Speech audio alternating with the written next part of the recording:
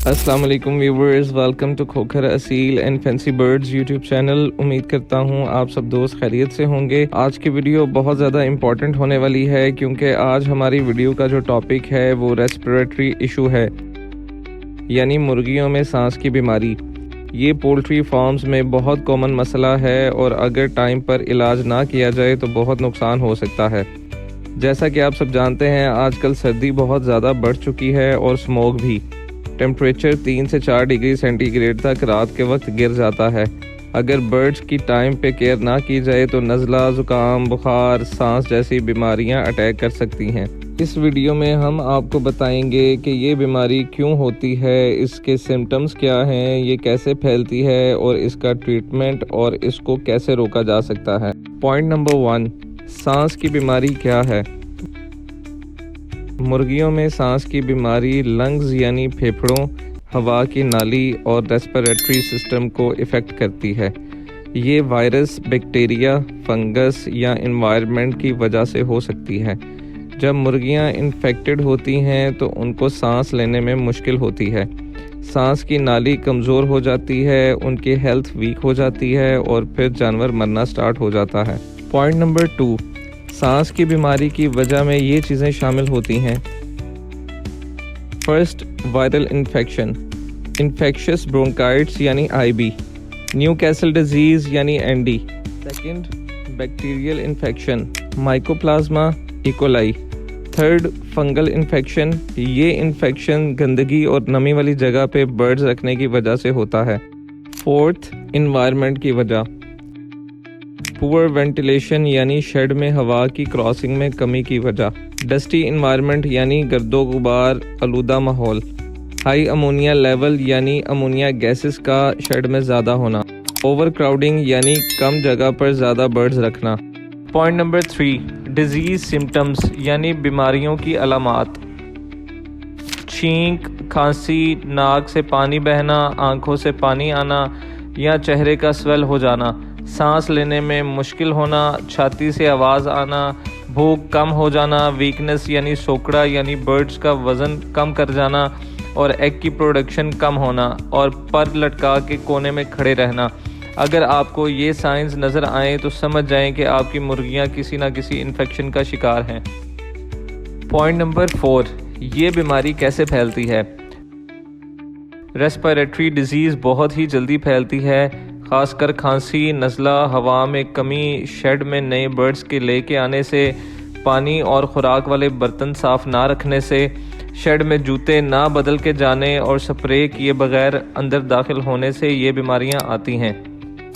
Point number 5, treatment और care, इलाज और एहतियात। अगर मुर्गियों में आप ये सिम्टम्स पाएँ तो ये एहतियात करें। बीमार बर्ड्स को तंदुरुस्त जानवरों से अलग रखें ताकि बीमारी बाकी जानवरों में ना फैल सके। नंबर 2, वेंटिलेशन इम्प्रूव करें, यानी हवा की क्रॉसिंग शेड के ऊपर वाले हिस्से से रखें ताकि हवा नीचे ना आए और शेड को एयर टाइट ना रखें। नंबर 3, अब आते हैं मेडिसिन की जानिब। सबसे पहले आप ये देखें कि आपके बर्ड्स में अगर सांस की बीमारी है, जानवर मुंह खोल के सांस ले रहा है, तो हमें इसको मरने से बचाना है। सांस की बीमारी में बर्ड की सांस की नाली कमज़ोर पड़ जाती है और बर्ड को सांस लेने में दुश्वारी पेश आती है और बर्ड मरना शुरू हो जाता है। अमवात को रोकने के लिए हम यूज़ करेंगे वेंटोलिन सिरप। वेंटोलिन 2 तरह के मार्केट में मिलते हैं, ये ह्यूमन मेडिकल स्टोर से बआसानी मिल जाता है। इसमें सल्बुटामॉल है और ये ब्रोंकोडायलेटर है जो अस्थमा पेशेंट रेगुलर बेसिस पे इस्तेमाल करते हैं, जो सांस की नालियों को खोलने का काम करता है।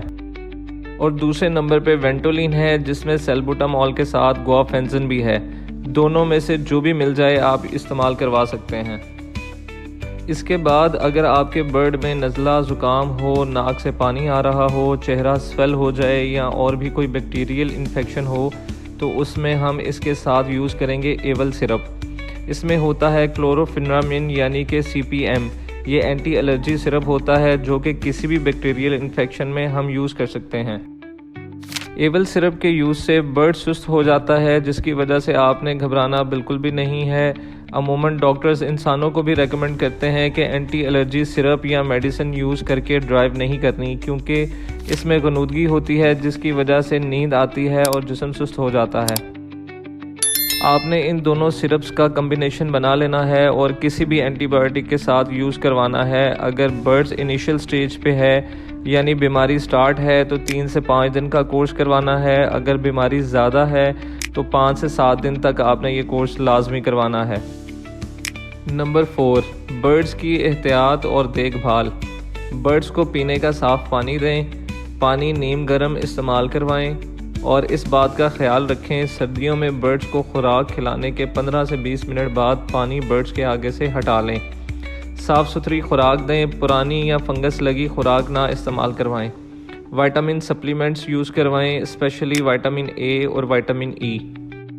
आज का हमारा लास्ट और पॉइंट नंबर 6, रेस्पिरेटरी डिजीज़ से बचने के लिए कुछ टिप्स। फार्म को क्लीन और ड्राई रखें, प्रॉपर वेंटिलेशन मेंटेन रखें, ओवर क्राउडिंग से बचें, बर्ड्स को रेगुलर वैक्सीनेशन करवाएं, बायोसिक्योरिटी मेजर्स फॉलो करें, शूज़ डिसइंफेक्ट करें, इक्विपमेंट्स क्लीन रखें, न्यू बर्ड्स को क्वारंटाइन करें उनको मिक्स करने से पहले। बर्ड्स को गर्म बिस्तर और पुरसकून माहौल फराहम करें। ज़मीन पे राइस हस्क डालें या लकड़ी का बुरादा। राइस हस्क मिल जाए तो वो ज़्यादा बेहतर है, इससे बर्ड्स गर्म और पुरसकून रहता है। तो ये थी मुर्गियों में सांस की बीमारी के बारे में कंप्लीट इन्फॉर्मेशन। अगर आपको ये वीडियो हेल्पफुल लगी हो तो लाइक, शेयर और कमेंट लाजमी करें। मिलते हैं अगली वीडियो में एक नए टॉपिक के साथ। तब तक के लिए अल्लाह हाफ़िज़।